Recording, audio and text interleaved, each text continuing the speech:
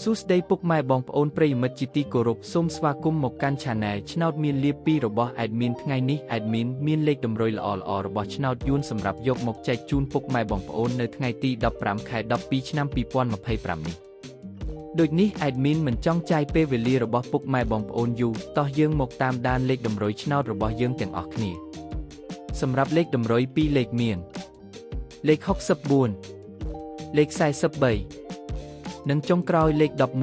11សម្រាប់លេខតម្រុយអូស2លេខមានលេខតម្រុយទី1អូស60និងលេខតម្រុយចុងក្រោយអូស40សម្រាប់លេខតម្រុយ3លេខមាន542គុណនិង117គុណ